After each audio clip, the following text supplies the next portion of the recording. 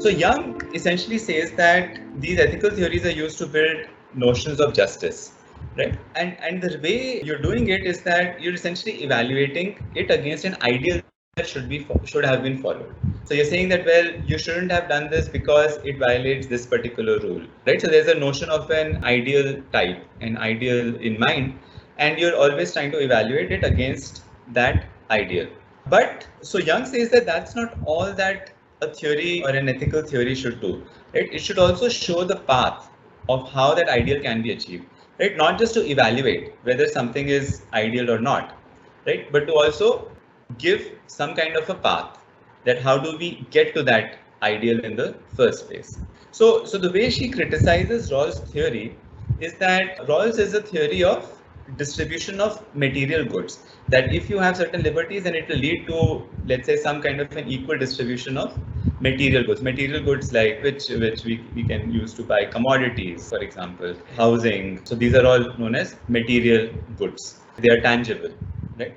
There's a materiality to these goods, right? So Rawls' theory is essentially saying that it leads to an equal distribution of all these goods, but it doesn't tell us about when, and we can use it to evaluate, right? That okay, certain liberties are being violated, or maybe certain inequalities are coming up, right? But it doesn't tell us how these inequalities are emerging, right? And rather, these inequalities are emerging because of certain social processes. Right? So because Young is a feminist, so she was talking largely about gender, but then she also brought in other movements, right? Movements by blacks or movements by gays. These are social groups that are regularly discriminated against, and they are deliberately always pushed down, right? Because those who are in more powerful positions, they're able to control what access to liberties blacks or gays or women have. So Young was saying that a good theory of justice is one which actually challenges these social processes and not just looks at are you ensuring an equal distribution of material goods. Because even if you do that, but you do it without addressing these underlying social processes which are unjust, then they will keep reproducing themselves, right? You might bring everybody to an equal state, but again it will become unequal because the same processes will still keep operating. That is why she says that there needs to be that all of these unjust social processes, they need to be politicized in a democratic setup. So it's not just enough to say that certain groups were not allowed certain liberties, but a politicization needs to be done so that these groups are able to gain more power and then remove these unjust processes in the first place. So basically, and then it's very similar to what we'll just see, what Amartya Sen is also saying, that ultimately you want to get to not just distributing these material resources freely, but that people should have equal access to liberties, right? So that's ultimately what you need to get to, and you need to think of ways in which these liberties can be ensured. So if these liberties are being violated because of these unjust social structures, then that's what you need to develop ways. Could be politics, which Marion Young says is one way to counter these. They're called structural injustices, right? So these injustices are emerging because of certain problems in the social structure itself, and these these structural injustices can be countered through politics. So that's the theory that she advances. It's not just that you need a theory of justice which is just good at evaluating whether something is just or unjust, but you also need to think of ways to move forward, right? So she comes back to things like importance of democracy, because that's the only setup that allows hope for such kind of reflection and changes to take place, right? So democracy is not just about consensus, but it's also about, right, making sure that minorities or groups which have been discriminated against, they are the ones who are able to still come forward and state their preferences, their desires. Yeah. Right. So that's the idea, right? So now how does it inform, how does it fit in our context, right? So we're thinking about these ethical theories, we're thinking about rules, we're thinking about virtues that people should follow, right? Now this is another thing too, what Marion Young says, another point to think about, whether systems are perpetuating these injustices, or are we making the world a more freer space for everybody, right? And especially those who have been treated unjustly. Amartya Sen comes up with very similar arguments, right? That it's not important to consider an ideal society. He says that these rules should help us decide between making relative choices. That should we do this or should we do that, right? It's not so much that we're evaluating these against some ideal society that we're trying to create, but at any point in time, anybody would be faced with whether to do something or to do something else, and you basically need a system to evaluate these relative choices, right? And then right, so other things that he brings up is that Rawls also leaves unspecified what is the end state of equality, right? Equality of what? And then he says that unless there is no clear goal, you might come up with some set of liberties to start with, and you might want to ensure that you live by these liberties, but you will never know what will be the end outcome that it will lead to. Right? Then another criticism he also says is that what is this choice of liberties? So Rawls said that this choice is what is the social contract that everybody, when they think from through the veil of ignorance, these are the liberties that they will agree with, and that's the social contract they will decide. Right? But he says that this cannot lead to a theory of global justice, because ultimately this social contract will be decided by a closed group of people. So let's say people in a country, the nation state is typically the one which puts these rules into a constitution, and then it has the institutions to make sure that this constitution is followed, right? So essentially in a nation state, ultimately now these laws are then being made by people of that particular country. Right? So he says that the liberties that a particular country will choose to respect will be just defined by that close group and not by everybody, right? So he also, so Amartya Sen basically, he wrote this book called Development as Freedom, right? Where again, very much like Young, right? So he's basically saying that you don't need to think so much about equality and all of that, right? You ultimately, it's all about liberties. It's all about freedoms that you have to think about. And at any point in time, you need to be able to evaluate whether some action is enhancing people's freedoms for something or not, right? So again, this becomes important when we think about technology, right? That whatever aspect we might try to evaluate, right? So according to Amartya Sen, he's saying that you think in terms of freedoms, right? What freedoms is it promoting or is it curtailing for people, right?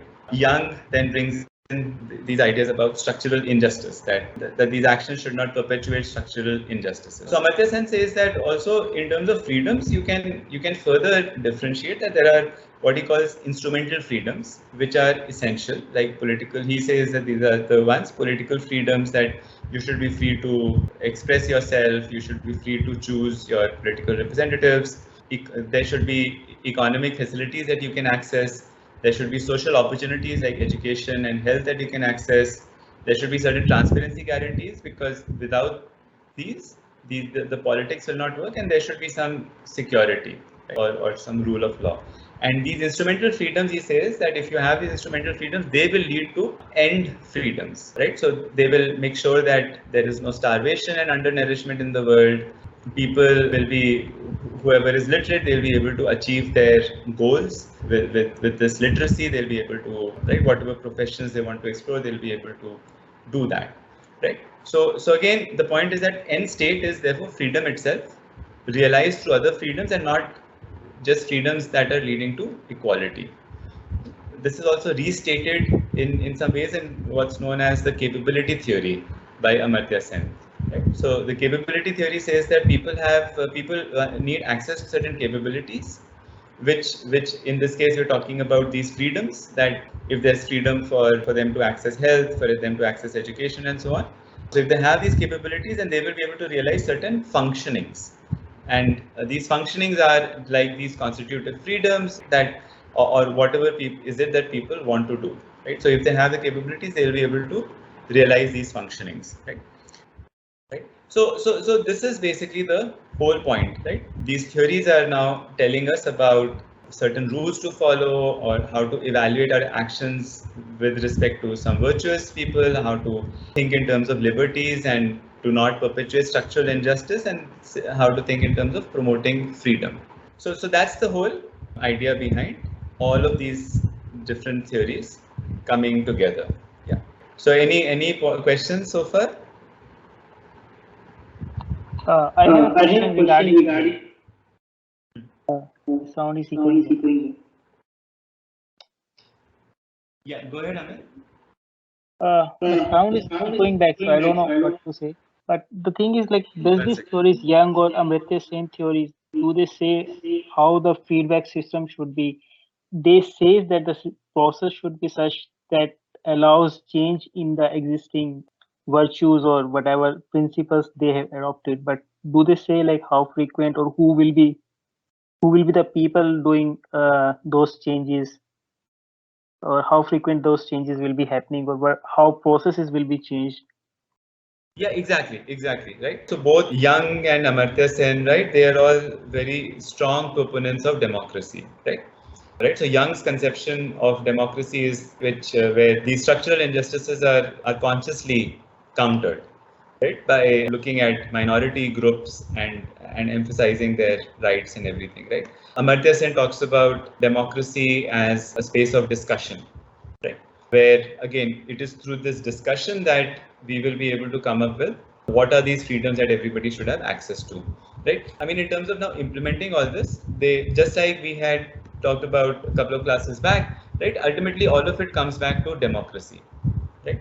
That whatever values it is that we want or objectives we want the technology to follow, right? What principles we want the technology to be guided by, right? We have put all these different theories in place, but ultimately the institution that will push it forward is that of democracy. Yeah.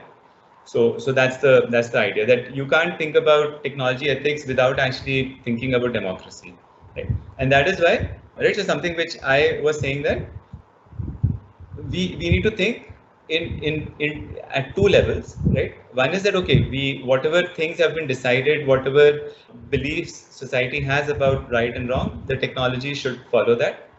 But at the same time, you can also think about building solutions, building technologies which strengthen democracy itself, that these institutions are themselves working in a better way, right? So, because only once this meta social good is stronger, only then can whatever it is we define as social good, only then can that push itself forward. Would it be fair that the people who have, who have made the rules earlier, and they are again making the changes in those rules based on the issues they identify?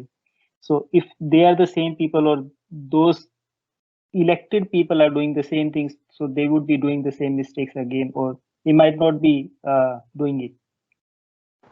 Correct, right? So that's the whole idea, right? You want things like a media, right? Things like, right? So this is what Habermas talks about when Habermas talks about the public sphere, right? That the public sphere is what not just helps arrive at a consensus, but the public sphere is also what helps everybody learn, right? It helps people learn about diversity, about problems faced by other groups, to see their viewpoint.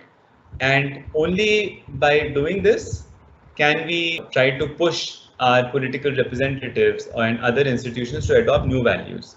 Yeah. So that's the main point. Yeah. Thank you.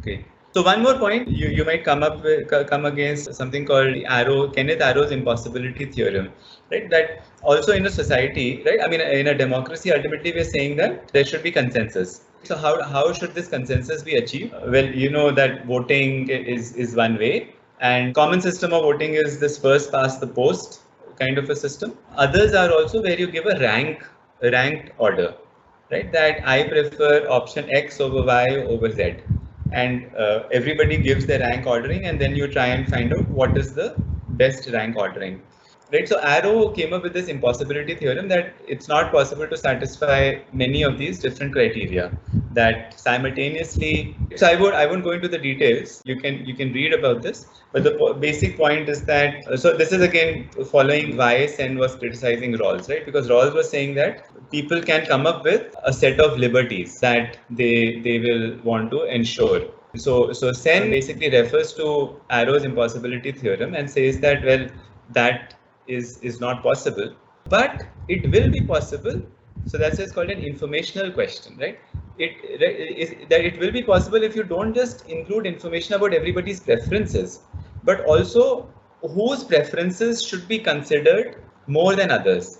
And this is where he says that if you then think about what Young was also talking about of structural injustice, right, of groups where freedoms have been violated, right? So if you put these weights, then it is possible that then Arrow's impossibility theorem doesn't say anything about that situation, right? So if these preferences are also weighted, right, then you can actually achieve the right set of liberties that people should agree to, right? So this also says essentially it requires removal of the veil of ignorance, right? So ultimately it's about, right, criticizing Rawls with saying that you can't not see that there are structural injustices, basically, rather than trying to decide what you should do by thinking of everybody as equal, right? You actually need to think that there has been inequality, there has been injustice, and that will help you put more weights that whose preferences should you honor more, so that you can you can avoid this situation. Yeah, the reason why, right, so this might seem like a big digression, right, from technology that we've been talking about, right, but again, right, hold the big picture in your head, because ultimately it is these rules and virtues, structural injustices and everything, right, that this is what these become important when we try and think through what should be these principles, or what should be the role of technology and design embedded in the technology that we want to ensure, right? So that is why these give us that grounding, right? So that's why, like I was saying, that this is essentially giving us a toolkit with which to reason. So that's the idea. Yeah. So now in the real world, right? So of course, so I'll just come back to this, right? So ultimately, everybody, all of them are basically, right. I mean, Young and Rawls also, right? That how do you think about what are these what are these liberties that we should face, right? So all of these talk about democracy, right? And that democracy is important not just to arrive at a consensus, right? But also for learning, also for the learning that it allows, because with vibrant public spheres, we will be able to learn when we look at, when we have information about what preferences others are exhibiting, right? It also gives us that opportunity to learn that what are certain things that we hadn't thought about, right? What are these points that are important for these other social groups or other people? So democracy has, therefore, they say that it's not just a means of arriving at a consensus, but it also has a very deeper role in terms of the learning that it allows, which makes us think about plurality, about diversity, about understanding of different viewpoints.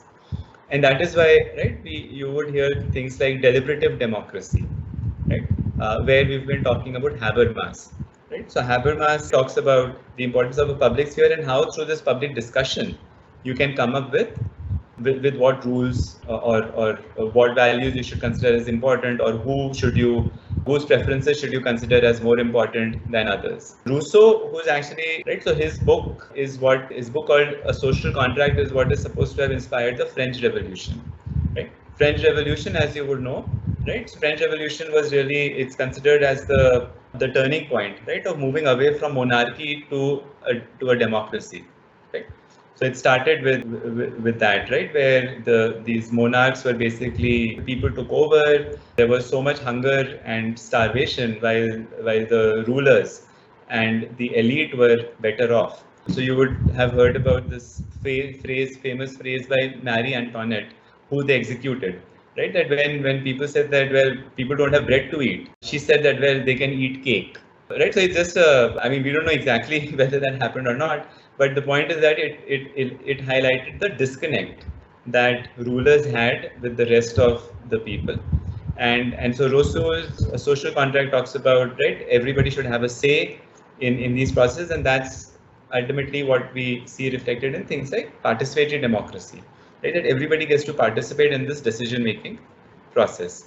And similarly, Sen talks about democracy as discussion. So it's all coming from similar places, right? That the democratic institutions are what are therefore very important to think through these rules, virtues, right, injustices that we want to solve for. And of course, right, there are many issues. So this is another interesting, very, very short thing that you can look at, called the ladder of citizen participation, right? That very often, so she doesn't talk so much at a national democracy kind of a level, but more in terms of like citizen participation in like associations or like municipality decisions.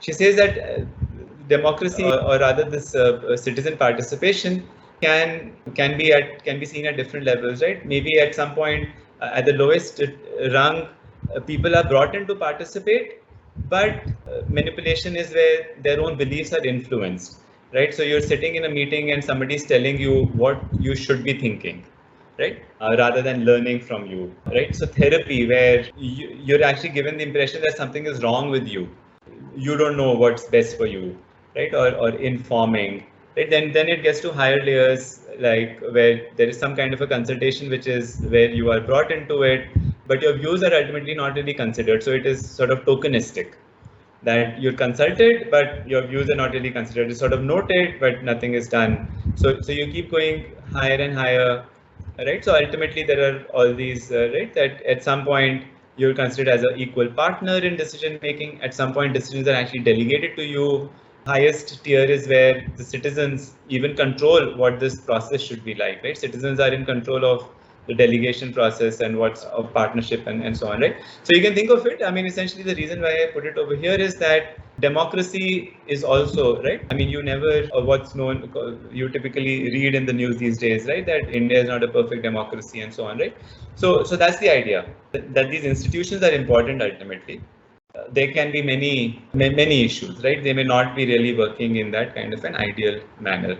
And that's another way to think about, right? That in these meta social good systems, that how do we strengthen democracy? How do we sort of move higher and higher up, right? So that there's more citizen control in some sense. In a democracy again, right? Because we're saying that there are these rules of laws and everything that are put into the picture. Now, many times these rules would conflict, and therefore, right, so we'll come up with this again, right? So something you might have heard called the proportionality test, right? So this was actually used when the Aadhaar judgment came out in terms of use of Aadhaar for social welfare and by private agencies, right? So different judges gave different views, and they used what's called the proportionality test, right? That if you're deciding something, there must be a legitimate aim for a measure, that there should be a goal, right? That why are you doing it in the first place? You should state that goal clearly.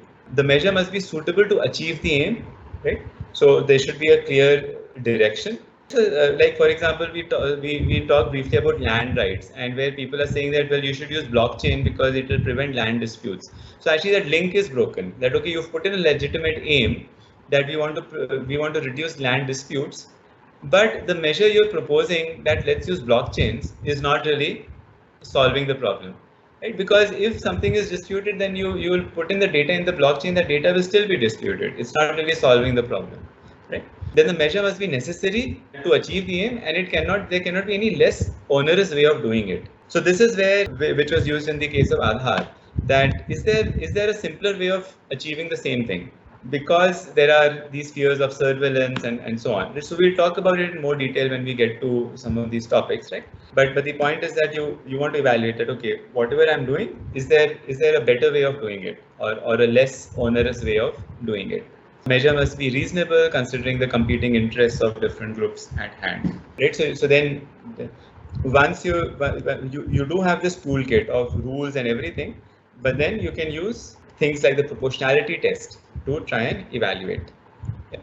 Then similarly, there's this reasonableness test, that is this what a reasonable person would have done, right? So very similar to the virtue ethics or the virtuous person model, right? So somebody who's appropriately informed, aware of the law, fair-minded, capable, right? So such a reasonable person would basically foresee the risk of harm that the actions would create, the extent of risk created, likelihood of the risk to causing harm to others, alternatives, right? So this is another way of thinking through that. Okay, very similar to the virtuous person role model mechanism. That is this, right? Would a reasonable person would they have done such a thing? Yeah.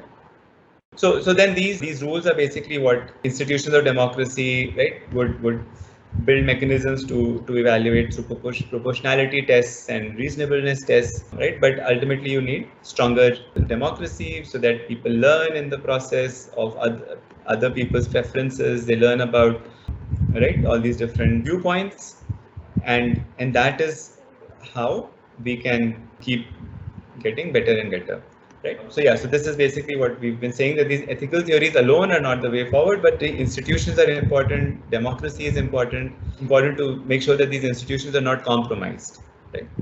And therefore all of that mix is what we should keep in mind when we think about any technology. So the way think about this is society legitimizes the social systems within which we operate. Ultimately, we are choosing these systems, right?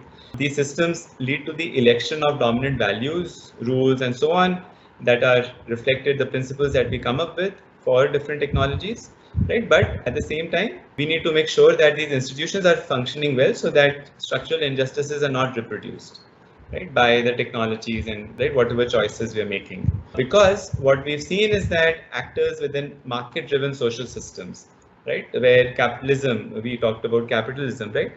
This kind of a social system, although we've chosen to live by the social system, but there are many cases where fundamental values that we would believe in, they are violated, right? And that is why, right, there is a strong role for social movements, labor collectives, civil society, right? So in fact, right, so in the last class, Ashima, you spoke about that in general, only ethical companies will succeed. The question to ask is that why is that? Why would ethical companies, why do we think that ethical companies will always succeed, right? So it's because our notion of what is ethical, society's notion is changing, right? And therefore, ultimately, it is through these institutions of democracy that we are defining what is acceptable, right? So when we talked about big oil, so now the society has realized that, okay, climate is important, environment is important, and fossil fuels are what are a big cause of climate change, of global warming, and that is now forcing these companies to be more ethical, right? So the point is that this is why social movements and all of this, right, dissent, and again it comes down to democracy, right? So because these are only permitted by democracy, this is ultimately what shapes the principles which society then considers acceptable, and which are then going to cause companies and entrepreneurs and anybody who's building technology to be more and more ethical, right? But if these institutions are compromised, if democracy itself is compromised, then we are in big trouble, right? And so that's the right, that's the whole link. And democracies can be in trouble, right? So these days, especially, right, that's one of the big concerns that people talk about, right, with social media, for example, and with political situations, that, right, that we might still have democracy, right, but we may go down the ladder, right? It may not really be a true democracy, but maybe something tokenistic or even non-participatory that we might be left with just in the name of democracy. Yeah.